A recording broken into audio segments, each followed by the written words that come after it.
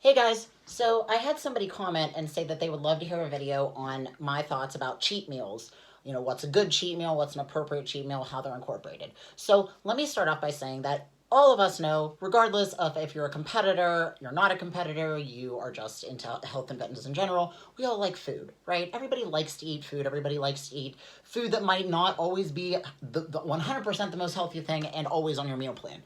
But with that being said, I feel that sometimes too much stress is put on the cheat meal and on that bad food. And if you're somebody who is 100% into a healthy lifestyle, that's something that you really need to address and realize that those types of food just really don't make you feel good. And they probably are things that aren't going to be a part of your life very often at all, whether you are a competitor or you're not, especially if you're a competitor. So I find cheat meals to be extremely detrimental sometimes. I have a lot of clients that actually go through severe anxiety over cheat meals, and when I say that seriously, like they can't do it because they get themselves so worked up because they're so afraid of that food, and they don't really want to eat it because they know how bad it makes them feel. And then they'll ask me, do I have to have a cheat meal? Well, no, you absolutely don't. And just because I give a client a cheat meal, that doesn't mean that you have to sit there and eat a giant pile of onion rings and french fries and a cheeseburger.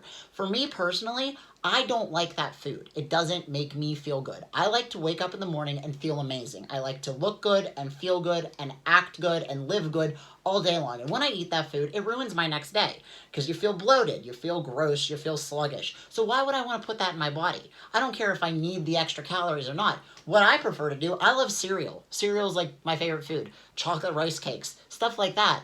Even things like pasta that are, yeah, you might not eat them on your day-to-day diet, especially if you're a competitor, but they're not terrible foods. It's not a candy bar or fried food. So those are the things that I go to for a cheat meal.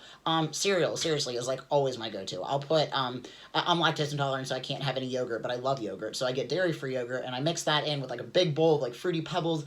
That's okay. Yeah, you're talking what? Maybe like 300 calories if it's like a huge bowl. That's a lot different than eating like a giant cheeseburger and fries. So sometimes I do feel that a lot of stress is put on those cheat meals in a negative way. If you're somebody that can handle that food and it doesn't make you sick, then by all means, if you're okay with that and your body can handle that and it's in your plan with your coach or your trainer, whoever you're working with, then go for it. But if you're somebody who stresses over the fact that that food just makes you feel like shit, don't feel the stress of eating it. You don't have to eat bad just because everybody else around you does. The other thing that I think can be very detrimental is I really feel like a lot of people only eat good strictly so that they can eat bad at other times. Like they'll do so insanely good all week just so they can pig out and have some horrible meal on the weekend.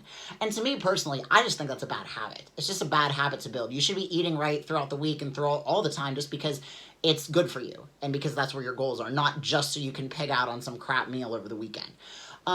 Now, times that refeeds, I like to call them refeeds, not cheat meals, refeeds or free meals, I think are important if you are somebody who is on some type of program that you're very, very depleted, whether it's just severe weight loss or you are a competitor, sometimes those things are needed because you're depleting yourself so much. And yes, you do need that extra boost of calories, just for not only the physical benefits of being able to train harder, but mentally too.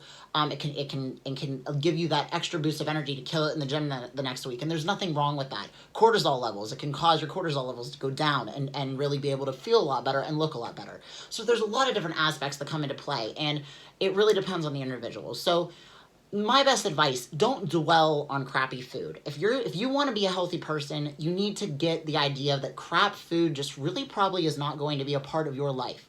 Sure, you can have things every once in a while. You can go on vacation. You can have a good time. But you shouldn't do those things with the thought of, I just am going to eat like shit the entire time, because you're never going to reach your goals. If you're obsessed with bad food, you're never going to reach your goals. You have to make that connection to cut yourself away from that.